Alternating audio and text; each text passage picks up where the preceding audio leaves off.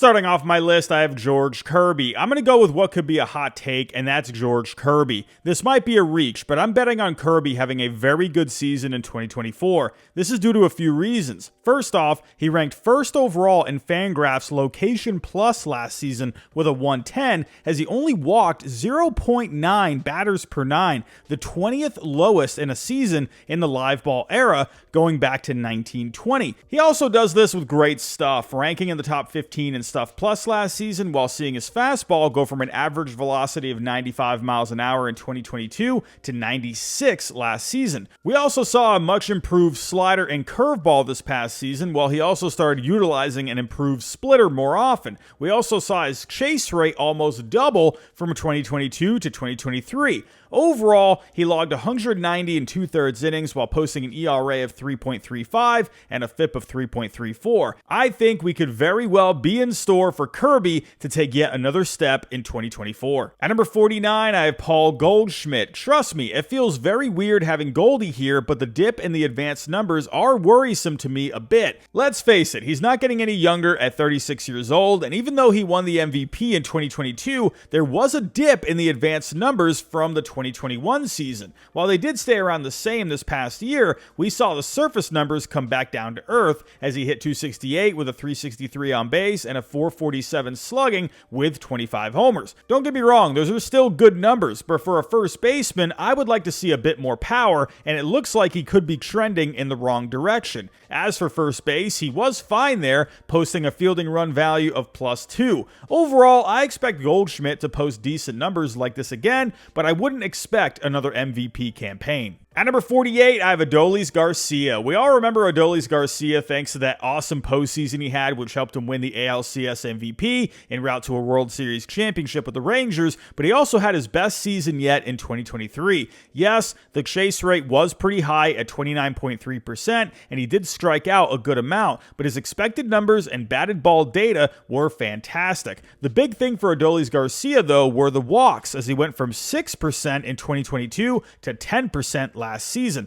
All of this led to a 245 batting average, a 328 on base, and a 508 slugging with a career-high 39 home runs. It didn't stop there, though, as he was also great in the field, posting a +8 fielding run value in right field while also saving 7 runs with his arm. I expect Garcia to keep producing the power while also being very valuable defensively. At number 47, I have Dansby Swanson. While many people will look at Swanson's less than stellar offensive numbers, it's his incredible defense that gets him on this list. Sure, he only hit 244 with a 328 on base and 416 slugging, but he was able to hit 22 homers and did well with some of the expected numbers while not chasing much and drawing a good amount of walks. Most notably was his incredibly good defensive season at shortstop in his first year for the Cubs. Overall, he posted a +14 fielding run value, which was the highest among shortstops, and he saved 18 runs, the 6th most in Major League Baseball last year. I expect Swanson to keep up his great defense, and I expect the bat to be a bit better this coming season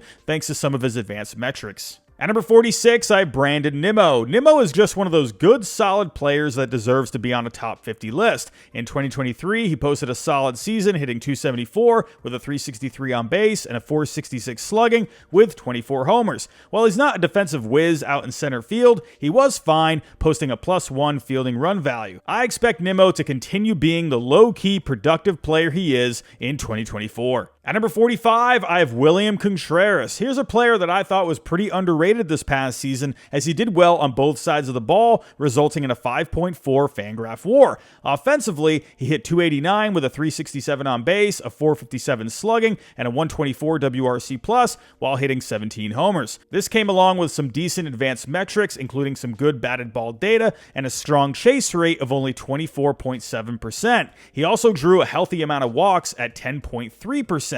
Defensively, though, he was fantastic, ranking as the 3rd best defensive catcher and posting a fielding run value of +8. At number 44, I have Ozzie Albies. I feel like not many people realize Ozzie Albies had his best offensive season last year, which is understandable considering Acuna and Olsen had monster years. Albies, though, continues to be one of the best offensive players in the game, hitting .280 last season with a .336 on base, a .513 slugging, and 33 home runs, while also posting a 4.4 base running. His defense at second base did take a hit with a -6 fielding run value, and his batted ball data and walk and chase percentage were a bit low. Nonetheless, Albies is still a very solid player. At number 43, I have Will Smith. Will Smith had another good season in 2023, both at the plate and in the field. At the plate, he put up solid numbers, including a .261 batting average, .797 OPS, and a .119 WRC+. Defensively, though, while he did have a -2 fielding run value, he had 13 defensive runs saved, 3 blocks above average, and had one of the highest pop times among catchers. Smith seems to have this kind of a season every year, and I don't expect much different in 2024. At number 42, I have Sean Murphy. After a very hot start in 23,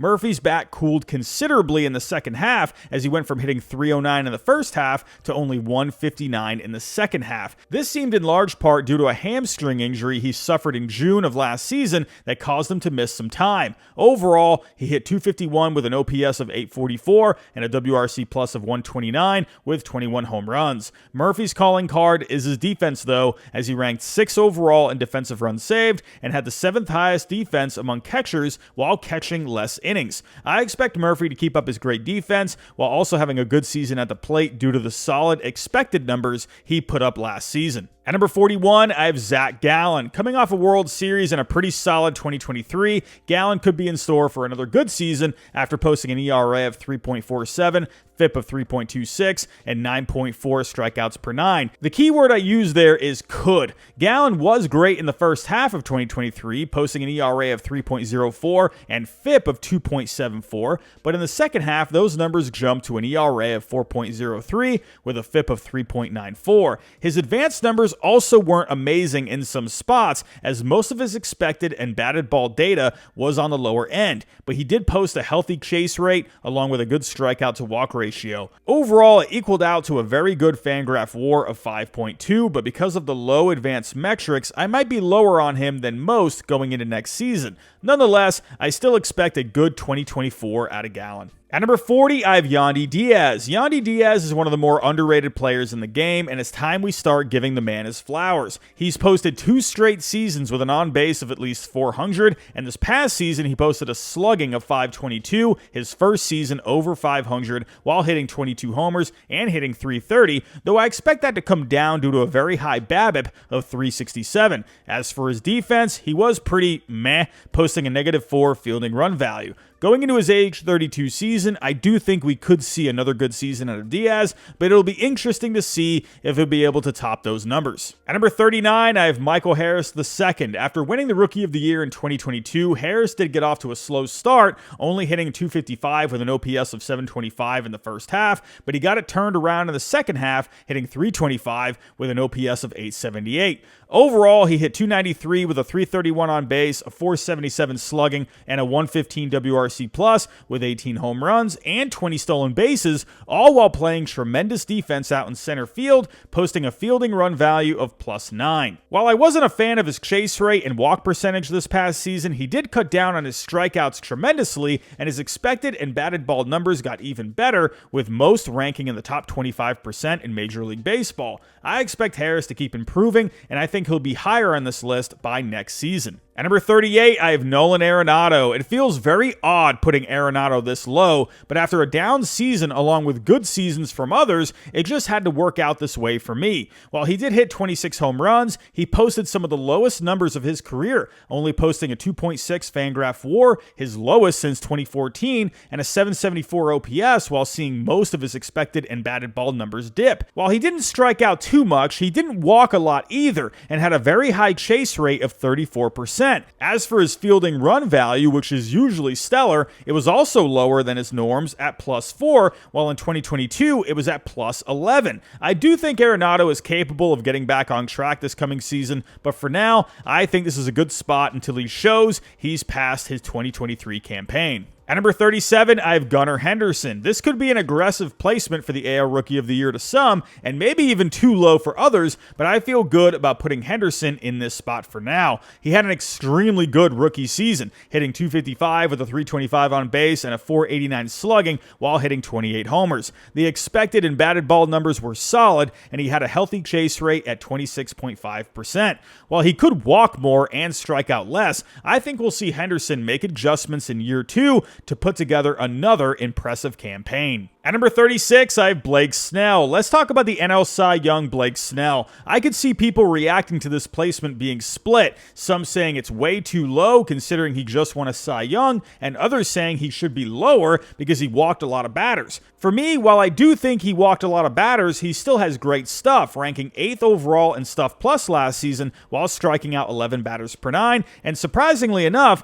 only getting hitters to chase 38% of the time, which is pretty interesting. This could actually tie into the walks and could suggest that since he didn't work in the zone much while also not getting batters to chase much, it's possible the walks weren't exactly due to a lack of command, but more so by design, by throwing more waste pitches to avoid mistakes getting hit. How do we know he was throwing a lot of waste pitches? Well, he only threw 9 breaking balls in the zone all season, which is an insanely low number. Overall, though, he did walk a lot of batters, and it'll be interesting to see if he makes adjustments before hitters adjust to him. In the end, he still posted a 2.25 ERA and a 3.44 FIP. I'm curious to see how he does in 2024 though, but I think because of his good stuff, he'll be solid for the most part. At number 35, I have Bo Bichette. Bo Bichette continues to be a very productive player at the plate as he hit .306 with a .339 on base and a .475 slugging, along with 20 home runs last season. His chase rate was high and walk percentage was low, but he had another strong season when it came to his expected and batted ball numbers. As for Bichette's defense at shortstop, though, it's still a work in progress as he posted a -2 fielding run value. Overall, while his Fangraph WAR has dipped a smidge over each of the last 3 seasons, I still expect Bichette to continue to be a productive player. At number 34, I have Corbin Burnes. The newest Baltimore Oriole might seem a bit low on this list. However, while he still has some of the best stuff in the game, ranking 1st overall in Stuff Plus thanks to his ridiculous cutter, the results have been going down a bit year by year. This past season, Burnes posted a 3.4 Fangraph WAR, much lower than his Cy Young season in 2021 when he posted a 7.5. His ERA was also the highest of his career as a starter in 2023 at 3.39 with a FIP of 3.81 and 9.2 strikeouts per 9, the lowest since his rookie season. What gives? Well, this past year, he gave up the most contact in the zone of his career at 82%,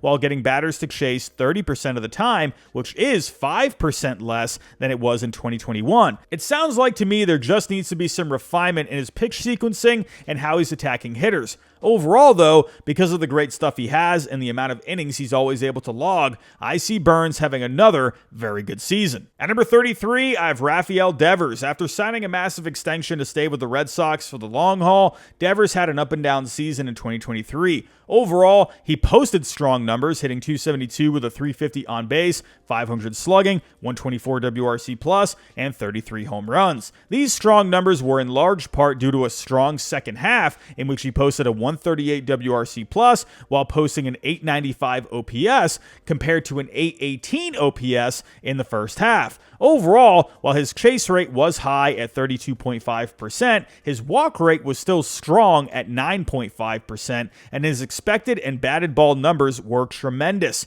What continues to hold Devers back, though, is his defense, as he posted a -6 fielding run value. He seems destined to be more of a DH at some point down the road, but as for now, he will need to find a way to be better defensively. His bat is his calling card, though, and at only 27 years old, I expect another strong season at the plate and maybe even better. At number 32, I have Xander Bogaerts. On to Rafi's former teammate, Xander had an interesting first season with the Padres in 2023. He got off to a red-hot start, posting a 154 WRC+ in April, followed by a combined 78 WRC+ in May and June, a better 116 WRC+ in July, before a very cold August, followed by a red-hot finish in September in which he posted a 204 WRC+. In other words, very up and down. Overall, his numbers were strong as he hit 285 with a 350 on base and a 440 slugging. His defense was also strong for a second straight season, something that has been criticized in the past,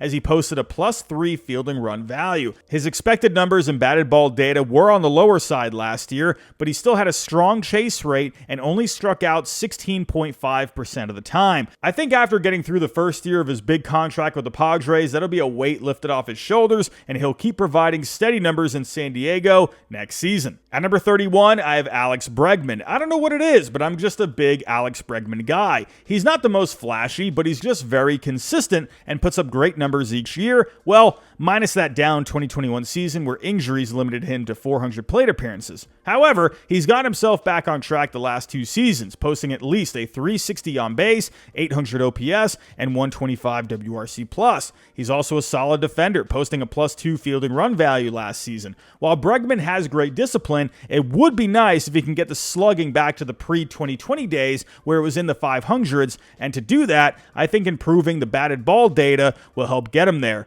Nonetheless, Bregman is still a solid player, and I expect another good season from him. At number 30, I have Logan Webb. I feel like Logan Webb is the closest thing we have to Greg Maddux in today's game. Gets a ton of ground balls, has great stuff, and barely walks anyone. He had a whopping 62.7 ground ball percentage last season, which led Major League Baseball, while also having a 32.5 chase rate, which ranked in the 86th percentile, ranked 18th in Stuff Plus with a 104, and ranked 3rd in walk percentage with a 3.5. A lethal combination. Overall, last season, he threw 216 innings, posting an ERA of 3.25 and a FIP of 3.16. I expect Logan Webb to keep doing Logan Webb things in 2024. At number 29, I have Kevin Gausman. I hate Kevin Gausman because he's in the AL East and always wrecks the Red Sox, but man, do I love Gausman at the same time. The man is just filthy as he struck out 237 batters over 185 innings last season while only walking 2.5 batters per 9, all while posting an ERA of 3.16 and a FIP of 2.97. The expected numbers ranked in the top half, and his chase rate was very solid at 32.6%. I expect Gausman to continue being the extremely efficient workhorse that he is in 2024. At number 28, I have Manny Machado. Machado had a weird year in 2023. While he still hit 30 home runs, his numbers dipped from his MVP caliber 2022 season, in which his batting average dropped to 258 and OPS dropped to 781. My guess is something was off with his mechanics slightly, since his expected numbers, exit velocities, and barrels dropped, and he wasn't as patient at the plate, only walking 8% of the time. However, since he got elbow surgery, he will most likely be getting more DH time in the beginning of the season, and that should be a good way for him to dial back in at the plate. When he does come back to playing third base, he'll be just fine, as he posted an excellent +9 fielding run value last season. Overall, I think Machado has a better year in 2024 and will probably be higher on this list by the end of the season. At number 27, I have Spencer Strider. We're at a point now where it's time to start looking at Strider as one of the elite pitchers in the game. While he's basically a two-pitch pitcher at this point, leaning towards the fastball and slider with an occasional changeup, he's put up elite strikeout numbers, with 483 combined the last 2 seasons, and just shy of 300 last season. Also last season, he ranked number 1 in Pitching Plus on Fangraphs and 3rd overall in Stuff Plus. It's crazy to think he's already at this point in just 2 seasons, all while basically leaning towards only 2 pitches. I think if he can utilize his changeup a bit more and maybe even add a 4th pitch at some point, I think we could end up seeing some incredibly stupid stuff. At number 26, I have Luis Robert. One word for Luis Robert. Finally, after a couple injury-riddled seasons, he finally put together a great season, hitting 264 with a 315 on base and a 542 slugging with a 128 WRC plus and 38 home runs while swiping 20 bags. His defense in center field was also top-notch, ranking in the top 5% in fielding run value with +12. One thing that would take Robert to the next level is his plate discipline, discipline as he had a whopping 40.5% chase rate and only walked 5% of the time. If the injuries are held at bay and he improves his plate discipline, we could see an even better season in 2024. With my potato brain running this channel and making sure to hit the gym while still eating healthy, the ease factor has brought to me has been amazing when it comes to keeping me sane and, well, fed. While I do get my weekly groceries, factor meals come in handy when I'm absolutely starving but too busy working on videos and live streams. Because of them, I don't need to make as many trips to the grocery store or spending time meal prepping. I just place my order and they literally show up in a box right at my doorstep. I just pop them in the microwave for 2 minutes and shabam! I have a great meal full of not just great nutrition, but great taste. There's also many options to choose from, including calorie smart meals, keto, vegan, or even gourmet plus meals if you're craving something a bit more special. They even have breakfast options like apple cinnamon pancakes, breakfast bowls, and even cold pressed juices. Head to factor75.com or click the link below and use the code HIDE50 to get 50% off your first Factor box and free wellness shots. Now, let's get back to the video. At number 25, I have Jose Altuve. While Altuve was limited to 90 games last season due to multiple injuries, he somehow still put up a very good season, including a big postseason. Over 90 games, he hit .311 with a .393 on base, a .522 slugging, and a .154 WRC plus with 17 home runs. If he had played 140 games like he did the prior 2 seasons, he was on pace to put up another 6 Fangraph WAR season. While the defense has never been spectacular with Altuve, shown by his -1 fielding run value last season, he's still able to hold down second base just fine. One thing to note with Altuve is he did have a very high BABIP of .348, so I do expect his batting average to come down a smidge next year, but he still showed very strong strikeout and walk percentages, which makes me think he'll have another strong season. At number 24, I have Bobby Witt Jr. I think it's safe to say Bobby Witt Jr. had a breakout season in 2023. While he was solid at the plate, hitting .276 with a .319 on base and .495 slugging, he also hit 30 home runs and stole 49 stolen bases, becoming the first Royal to join the 30-30 club at only 23 years old. On top of that, he was amazing defensively, posting a +10 fielding run value at a high value position at shortstop. While his chase rate was high and walk percentage was low, I expect those to get better this coming season as he further matures. At number 23, I have Corbin Carroll. The biggest breakout star of 2023 lands in the top 25 on this list. While that could be high for some, Carroll to me showed he just belonged last season, posting a season that was worthy of a 5th place finish in MVP voting in his rookie season. Not only did he put up the single season record of base running with a 15.8 along with 54 stolen bases, he had an incredible season at the plate, hitting .285 with a .362 on base and a .506 slugging with 25 home runs. As for his advanced metrics, his expected numbers ranked well in the top half of the major leagues,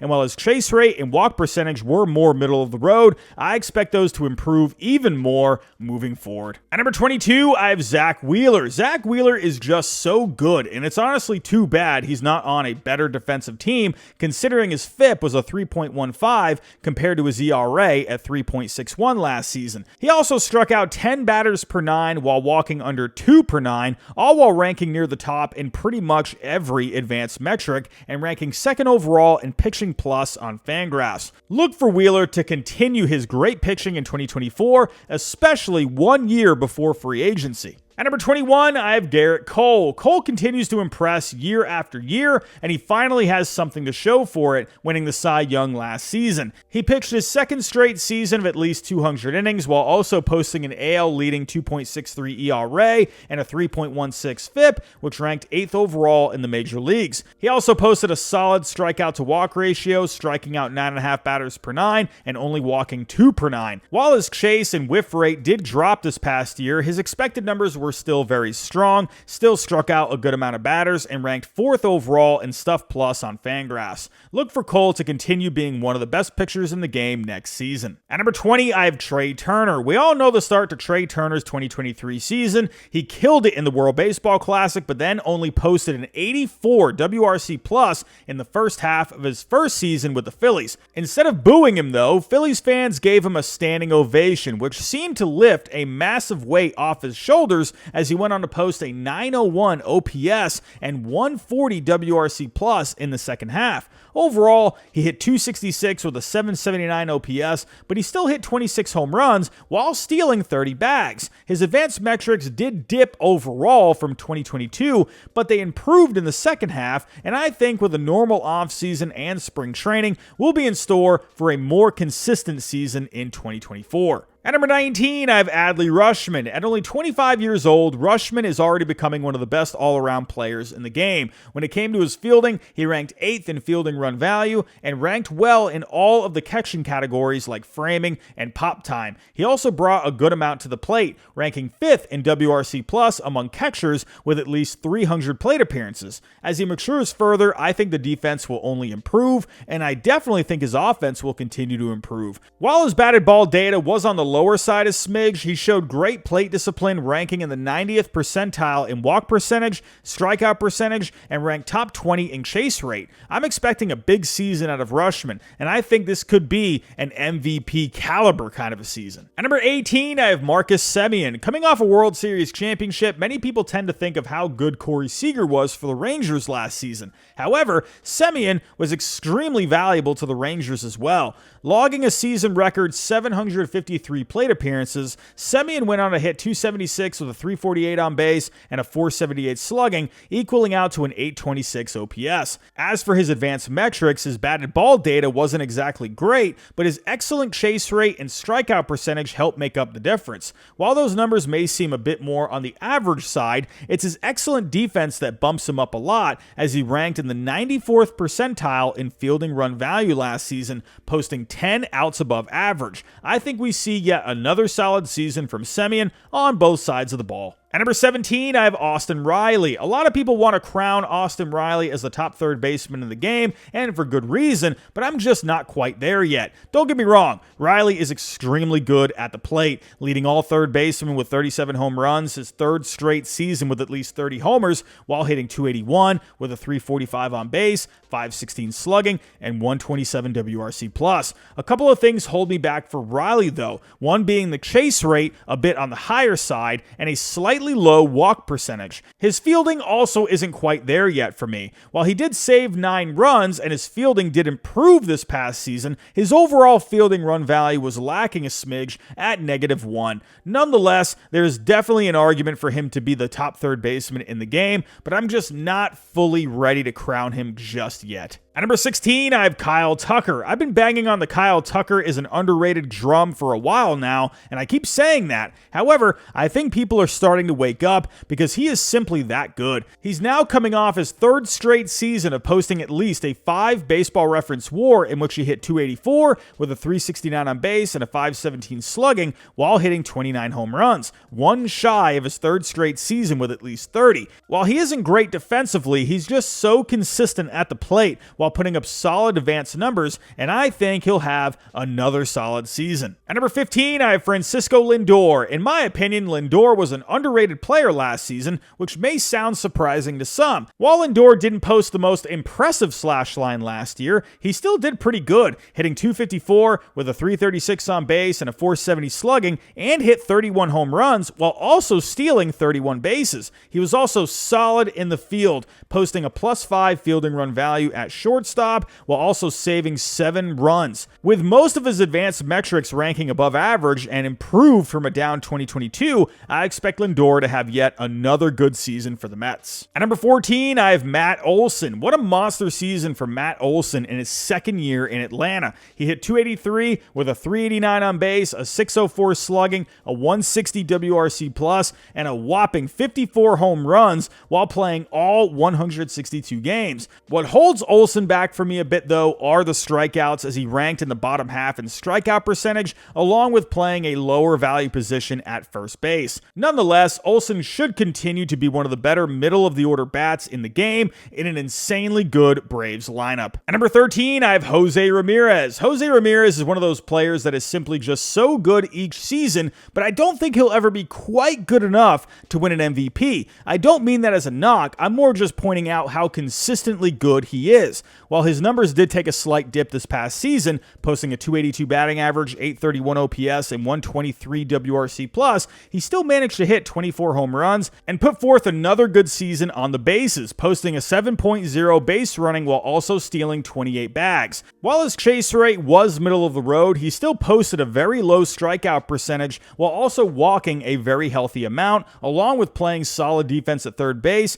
posting a +4 fielding run value last season. I don't see Jose Ramirez slowing down much next year. At number 12, I have Bryce Harper. Back in 2021, Harper put up an extremely good year in which he hit 35 homers with an OPS over 1,000 and a Fangraph WAR over 6. But since then, he's missed some time due to injuries. However, over the last 2 years, he still put up very good numbers, averaging a .290 batting average, a .385 on base, a .505 slugging, all while still putting up solid advanced metrics. While the chase rate is a bit high, I think Harper will be just fine, especially now that he's gotten used to his new position at first base, will be coming off an off season of good health, and can just get back to hitting the way we all know Bryce Harper can hit. At number 11, I have Fernando Tatis Jr. This one might surprise some people, but I think Fernando Tatis Jr. is due for a very good season. Sure, say what you will about all the off-the-field stuff a couple of years ago, but I think last season he was able to shake off some rust,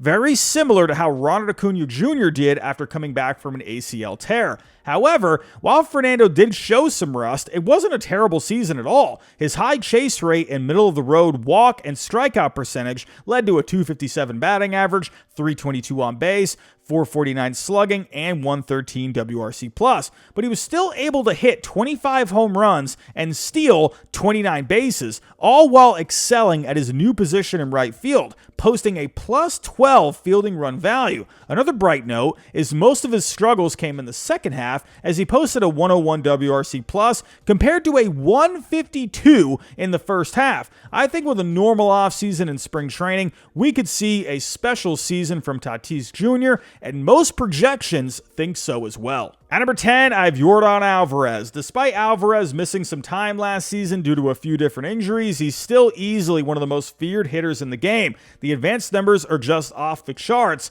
while also having great plate discipline. Overall, over 114 games, he hit .293 with a .407 on base, a .170 WRC+, and 31 homers. Over the last 2 seasons, he's averaged 33 homers with over a .400 on base and .600 slugging, and with a normal offseason, I think we once again see Alvarez put up some monster numbers. At number 9, I have Julio Rodriguez. This might be a reach, but I'm all aboard the Julio Rodriguez train. He had a down first half last season after a very good rookie campaign in 2022, but he was electric in the second half to salvage his season. Overall, he hit .275 with a .333 on base, a .485 slugging, a .126 WRC+ with 32 home runs, but it was the second half that made those numbers. In the second half, over 68 games, he hit .308 with a .941 OPS and .156 WRC+. On top of this, he stole 37 bases while playing solid defense in center field. While he does still need to clean up the chase rate, strikeout percentage, and walk percentage, I think he uses that second half momentum last year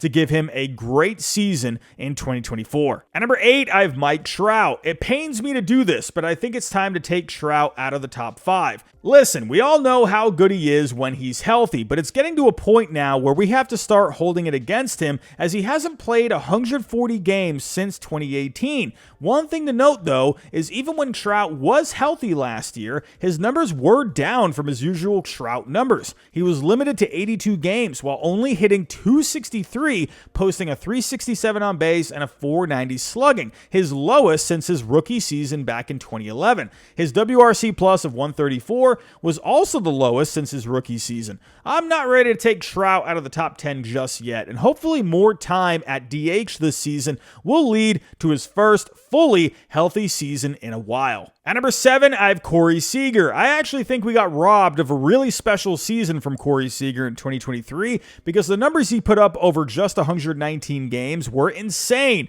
Despite missing a good chunk of time due to a thumb injury, he still managed to hit 327 with a 390 on base, a 623 slugging, and a 169 WRC plus and 33 home runs, all while playing solid defense at shortstop. If he hadn't gotten injured, he was on pace to hit 40 home runs and post a 7.6 Fangraph WAR. He made up for it though, helping the Rangers win a World Series. He did get surgery to repair a hernia recently though, so it's possible it could take him some time to get back into a groove since he's expected to miss most of spring training, but I think Seager will end up having another very good season. At number 6, I have Freddie Freeman. Nothing in life is certain except death, taxes, and Freddie Freeman having another great year. Once again, Freeman showed why he's one of the best players in the game in 2023, posting a 331 batting average, a 410 on base, a 567 slugging, a 163 WRC plus, and 29 home runs. He finished the season with just under an 8 Fangraph WAR, his second season with at least 7.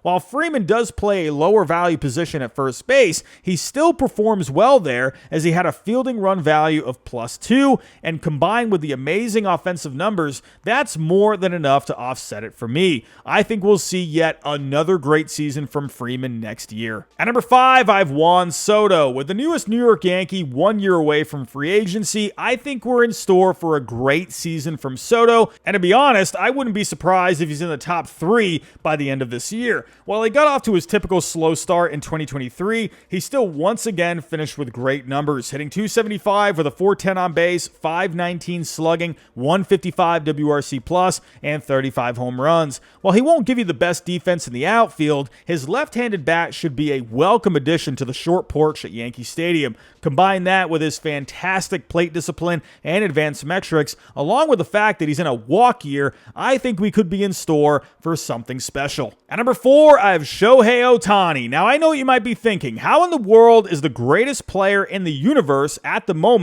only ranked 4th? Well, we all know how good of a bat Ohtani has, but unfortunately, he won't be pitching this coming season due to elbow surgery. In 2023, he had a monster year at the plate, hitting 304 with a 412 on base, a 654 slugging, and a 180 WRC plus, along with 44 home runs. While he does tend to chase and strike out a bit, he'll still walk a ton and does serious damage with the bat. Again, he won't be pitching, which holds him back a little bit here, but we should be in store for another great season from Ohtani, his first as a Dodger. Speaking of the Dodgers, at number 3, I have Mookie Betts. Even though Acuna won the MVP last season, there was still a good argument for Mookie to win the award, not just because of the numbers he posted, but the versatility he provided playing right field, second base, and even a little bit of shortstop. In 2023, he posted some MVP caliber numbers, hitting 307 with a 408 on base, a 579 slugging, a 167 WRC plus, and 39 homers. While he only stole 14 bases, he was still a solid base runner and played good defense at second base. Mookie Betts should continue to be one of the best players in the game. At number 2, I have Aaron Judge. After posting historic numbers, including an AL record 62 home runs and the 13th highest Fangraph WAR of all time for a single season in 2022, Judge was bit by the injury bug a bit this past season. However, even though he only played 106 games, he still hit 36 home runs to go with a 267 batting average, a 408 on base, a 613 slugging, and a 174 WRC plus, equaling out to be a 5.3 Fangraph WAR over only 106 games. He was on pace for a 7.5 Fangraph WAR if he played 150 games. Overall, with Judge, there will always be a concern with the injuries, and despite the high strikeout numbers, he's still easily one of the most feared hitters in the game. And last but not least, at number 1, I have Ronald Acuna Jr. What else is there to say? He had a historic season last year after coming back from a knee injury in 2022, hitting 337 with a 416 on base, a 596 slugging, a 170 WRC plus with 41 home runs and 73 stolen bases, essentially creating the 40-70 club. Sure, with the pitch clock and bigger bases, it's easier to swipe those bags these days, but not everyone was stealing bags bags like Acuna was. Overall, he posted an 8.3 Fangraph WAR and is projected to be in the 7s next year across all of the major projections. If there was anything to nitpick with Ronnie, is that he's not exactly the best defensive player, posting a -2 fielding run value last season, but that bat and the legs are special. And at only 26 years old, I don't see him slowing down anytime soon. So that's my list. Tell me what you think down below in the comments. If you can on the way out, hit that like button for me, subscribe if you're new, and I'll talk to you next time.